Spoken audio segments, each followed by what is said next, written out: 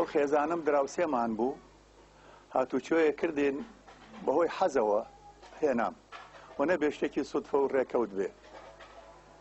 دوای ئەوەی هێنانەکەشی ئاهەنگ و گۆڵمەزمان بۆ کرد شای و بەزمڕەزمان کرد شەو تا درەنگی وەخت ئەرباب و ئەحباب لەگەڵمانە بوو بە خۆشی و ڕابواردنەوە دوایی گواسیانەوانێ و لە پاش ماوەی ساڵێ 2 ساڵ ڕێکم بوو بە ناوی ئاواتەوانێ. دوای ئەوە مناڵی ترم بوو ئومێد و ئاسۆ و خێراتی هەموو لایەکانەکەین بە ناوی ڕێکخراوی بژانەوەی کەلەپوری کورد و کۆمەڵی هونەری میلی کوردستان زۆر بەخێر بێن. ئێمە ئەم ڕێکخراوە کە شوێنەکەمان لەسەرەوەی و لەم حوشەیە بڕیارمان ناوە مانگی چەند جارێک ئەم ئاهەنگانە بجێڕین. مەبەستمانەرەوە نەبوو لە سلێمانی دەمێکە ئەم کۆڕووکۆبوونەوە و دانیشتنی جەماعی و یعنی ناسیا و دۆست شتیوان نەماوە. ئەمانەیە وردە ئەو نەریتە دابێنینەوە و ئەلێرە ئەگەر بۆمان کرا خەڵاتەکەمان هەرچەند هیچ نییە لە ناحی مادیەوە خەڵاتێکی زۆر هەرزانە، بەڵام ئەو کەسەی کە وەریەگێ پێشتریش کە وەریان گرتووە برادران زۆریان لا گەورەیە، ئەو گەورەی خۆیانە و ئێمەیان ئەوەنەی کە گەورە کرد کە بەشداری ئەم خەڵاتاکەن تەسەوورمان ناکرد ئەوەنە خەڵک بێت بەمشەوە. لەبەرەوە ئەم شەو بڕیارمانە ئێمە خەڵاتی ئەو کەسانە بکەین کە شایستی خەڵاتەکەن، لەبەرەوەی زۆر هیلاک بوون و کەسیش لایەن لێ ناکاتەوە، لەبەرەوەی وڵاتەکە کەوتۆتە حربەوە و حربێکیکەی داخلیش کە کەلیمەی نیەیە لێکەنی. لەبەرەوە هیچ شتێک ناکرێ ویستمان تۆزێ سەرشانی وەزارەتی ڕۆشنبیری سوودکەین بەم ئاهەنگانە. هیوادارم بەدڵی هەموو لایەکتان بێ. سەش کاک جەزاس وەکو کۆمەڵی هونەری میلی فەرموو کاک جەزاجان.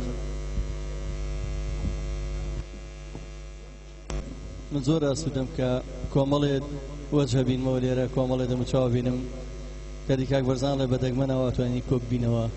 زۆر دەمێکم کۆڕکۆبوونەوەنە. پێشتر مامۆسای بەڕێز و خۆشەویستم مامۆسان زۆر لەم جۆرە بەرنامانەی سازەکردن بیرمێت ئەوەی لەگەڵ حەمەی بەکر و کۆمەڵی هونەرمەندی دێرین کە تا ئێستا ماوە لەگەڵ مامۆستا مەحموود ژوابزانم هەرهەی بوو. کۆمەڵێک کەسایەتی شاری کۆکردەوە بە تایبەتی لە ڕەمەزانە کە شۆوەیەکی خۆشی خۆی هەیە ڕەمەزان. ئێمە حەزمان کرد لە خزمەتە نابین بۆی کەمێک لەو هەموو کەش و هەوای پڕ ململانی و ئاڵۆزی و ئەو هەموو ململانێکی هەیە، ئەو هەموو خێرانی دارایی و خێرانی نییە کە نازانین ناوی بنێکی. ئەم شەهۆڵەین لە ئاستی گەورەی دوو هونەرمەندی گەورە، دوو هونەرمەندی پێشمەرگە، دوو هونەرمەندی دێرین کە ئەمڕۆ زیاتر مەراسیمەکە بۆ ئەو دوو بەڕێزە لەگەڵ هونەرمەندی نەبر وانم مەراسیممان ساز کردووە. ئاگادارشتان کەین کە 21 مانگ هەر لەم جێگایە یادی هونەرمەندی نەوەر عوسمان عەلیەکەینەوە، 26 مانگ یادی حەسەن زیرەک. ئەمانەی بۆ چالاکیانەمان بیسەلمێنین کە 100 ئەوەنەی قەیران دروست کرێ بۆ ئەم شارە. ئەم شارە هەر سلێمانیە هەر بەردەوامی بەخێر بێنیاخوا. لە ڕێگەی وێنەکانەوە هەندێک وێنەی ئەرشیفی مامۆستا مەحموود فەنیمان بینی، مامۆستا مەحموود تۆفیقی کە بەڕاستی بۆ بەناسنامە بۆ ئەم شارە کاکرێت ناوی هونەرمێنی لە سلێمانیە، یعنی هیچ جارە ناکرێت ناوی مەقامی سەفەر و ناوی مامۆستا مەحموود نەهێنرێت. ئەم شەو هەندێک وتار هەیە لێرە، حەزەکەین سەرەتا وتارە کورتەکان تکاکەین کە وتارەکان کورت بێت، دواتر ئێماچینە ناو مەراسیمەکەەوە هەندێک گوێبیستی مەقاماتی ڕەسەن و گۆرانیان دیارینەکانە بین و لە ناوەڕاستی بەرنامەکەشە ڕێزێنانی ئەو هونەرمەندە مەزنانەمان هەیە. بەڕێز کاک یاسین خادر بەرزنجی دیارە بۆ خۆشەویستی هونەرمەندی پێشمەرگەی دێرین مامۆستا دێر بابەتێکی کات خۆی بڵاو کردێتەوە. ئێستاش حەزەکە لێرە و بابەتە پێشکەشکە بەخێر بێت. مانگی ڕەمەزانی پیرۆز لە هەموو لایە پیرۆز بێ و نایەوێ پیرین ڕێزلێنانە لە دنیای ئاواز و مۆزیکی کوردی. سەرەتا لەم شەوە جوانەدا سوپاسی گەرممان بۆ کۆمەڵەی هونەری میلی کوردستان و ڕێکخراوی بژانەوەی کەلەپورە کە بە دیداری دوان لە گوڵەگەشەکانی ئاواز و مۆزیکی کوردی و بە ئێوەی خۆشەویستی شادکردینەوە.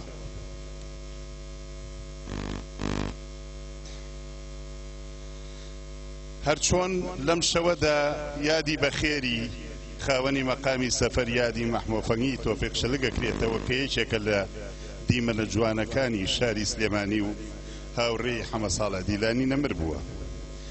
کاتێک لە سەرەتای ئایاری 2012دا خەڵاتی بەنێوبانگی مامۆستا برای محمد ناسراو بە خەڵاتی بلە بەخشرایە هونەرمەندی گەورە و برای ئازیزم مامۆستا دلێر ئیبراهیم نووسیم و وتم کاک دلێری مۆزیکزانی ڕێز لێگیرا و هونەرمەندێکە بۆ نیو سەدە دەچێت لە خەمی گەشەداندایە بە هونەری ئاواز و مۆزیکی کوردی و لەو پێناوەشدا خەباتی کردووە و جوانترین ساڵانی تەمەنی خۆی بەخشیوەتە هونەری نەتەوەکەی.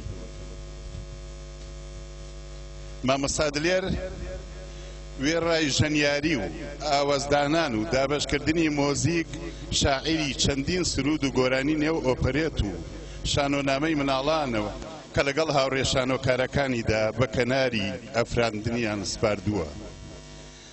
ئەمە بێژگەلەوەی مامۆستایەکی لێهاتوو سەرپەرشتیارێکی هونەری دەگمەن و سەرکردەیەکی کارامەی گروپی مۆزیکی ناسراوی شەید کارزان بووە و ئەندامێکی دڵسۆزی تیپە درەوشاوەکەی مۆسیقای سلێمانی بووە. کاک دلێری پێشمەرگەی دوو شۆڕشی کورد و خەباتگێڕێکی کەمیێنە و کارای یەکێتی هونەرمەندان و ڕێبەری تیپە بەناوبانگەکەی وەگوتم شەید کارزان لە نێو چیا سەرکەشەکانی کوردستانە. هەروەها کاک دلێری ئەمەکدار و لەجێی باوک بۆ خێزانە بەڕێزەکەی و مامۆستا و هاوکار و هاوڕازی هونەرمەندی ئازیز کاک ئاراز ئیبراهیمی خۆشەویستمان کاتی ڕێزی لێدەنرێ گشت هونەرمەندێکی بەهرەمەند و ڕازگۆ وا دەزانن ڕێز لە خودی خۆیان و هونەرەکان دەنرێ.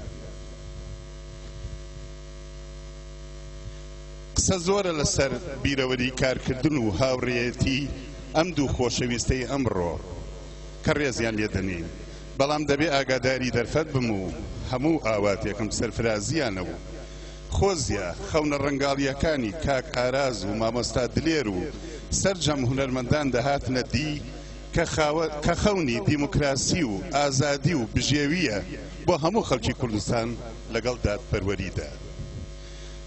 دووبارە سوپاس بۆ هەردوو ڕێکخراوی ئەم شەو لەم جێگا جوانەدا کۆیان کردینەوە، بە تایبەت کۆمەڵەی هونەری میلی کوردستان کە بەر لەم دوو هونەرمەندە بەڕێزە خەڵاتی قەدرزانینی بەدەیان ڕووناکبیر و هونەرمەند و ئەدیبی کورد بەخشیوە و نمونەیان هەر زۆر بێ و سوپاس بۆ هەمولایەک.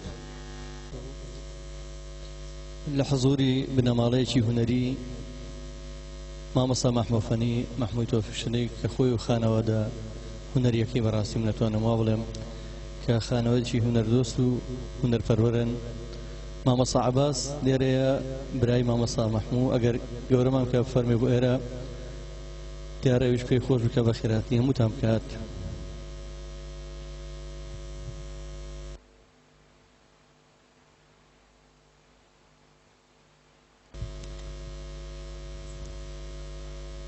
پێشترم ماوەی 3 ساڵ و نیوە لە کافترەیە کە تووری زەردەشت ئەم کارانەوە ئەنجامەدا. شوێنەکەی زۆر بچووکترە. ماشەڵڵا ئەم شەو میوانەکان هەمووی وەکو باسم کرد من دڵم بە هەمووتان نەکرێتەوە یاخوا بەخێر بێن.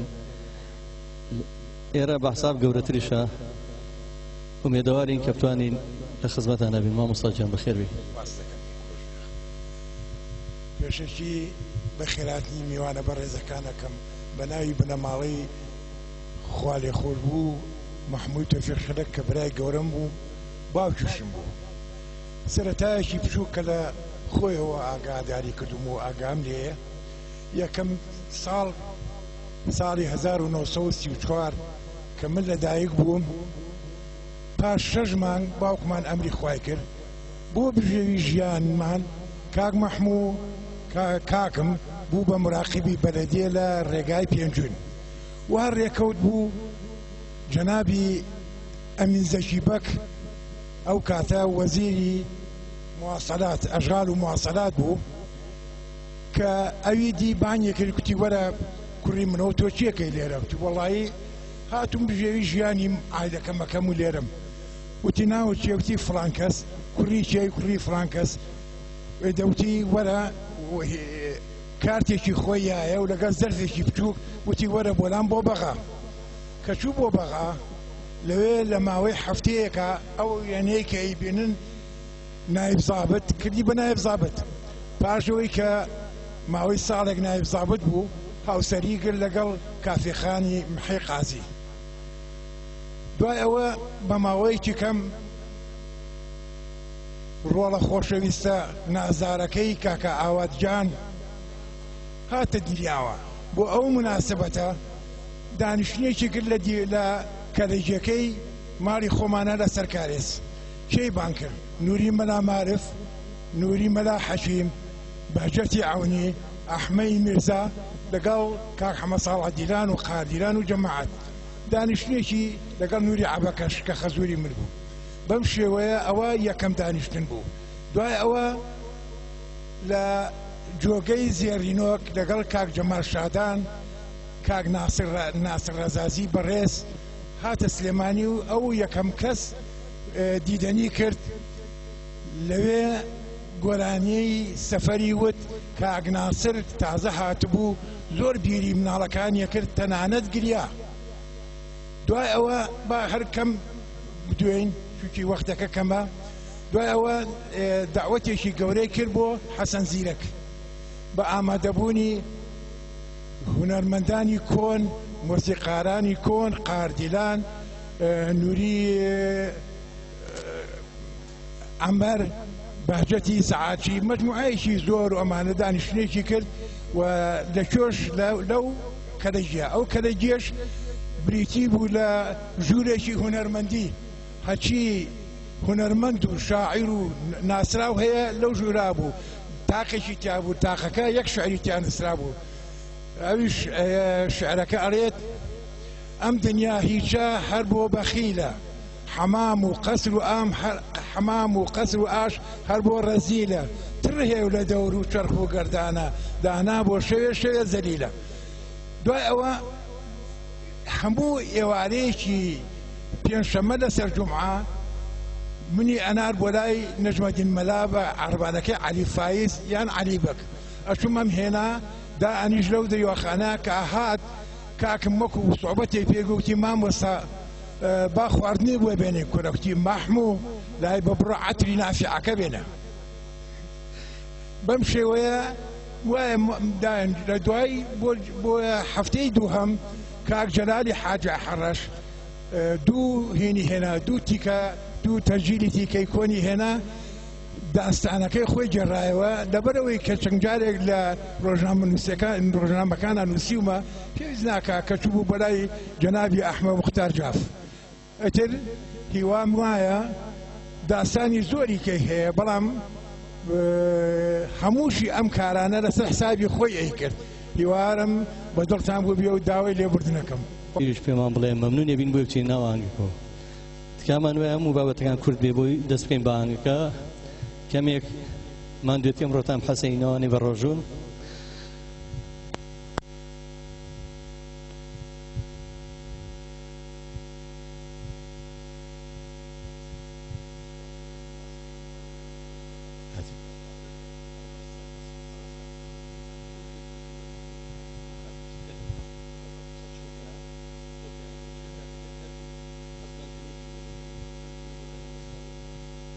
هەموو لایەکتان بەخێر بێن، شەوتان شاد. بەخێر کە ئێستا بیڵێم کاک مەحموود هەندێشتی زۆر دەگمەنی لای من باس کردووە، هێشتا نەمخسۆتە سەر کاغەز. واتە جگەلەوەی کە دەنخۆش و بەهرەمەند و بە سەلیقە بوو، بابەتی ئەرشیفی هۆنەری زۆر جوانی لابوو. هەموو جارێک کە منی ئەبینی بە پێکەنینەوەی وەرە دەسێگرتم هەندێشتی لا بە ئەمانە لا دائانام. منجی شەڵا ئێستا لەبەر نەبوونی کا داوای لەبوردەتان لێ یەکەم ئەگەر دەرفەتە بۆیان خەمە سەر کاغەز و بڵاوێکەمەوە زۆر سوپاسانەکەم. لێرەشەوە پیرۆزبایی لە مامۆسادی لێر و هەبێ پێشەکی بیرم چوو دەستخۆشی لە کاک جەزا بکەم سوپاسانەکەم لەبەر نەبوونی کات ماوەنی قسە بکەین سوپاسانەکە. زۆر سپاس مامۆستا گیان. سەرەتا ئەمانەی ئەو پرژێنێکی ڕۆحتان بکەینەهی ئەو ڕۆحایلاکەتان کە بەڕاستی ڕەمەزانە و ماندوون بە پارچەی مۆزیقا لایەن کاکە هەڵەوغەری بوو. مامۆستا ئەحمەد بە کەمانچۆ بە زەڕب دوا بدواچینە ناو بڕگەکانی ئاهەنگەکەمان.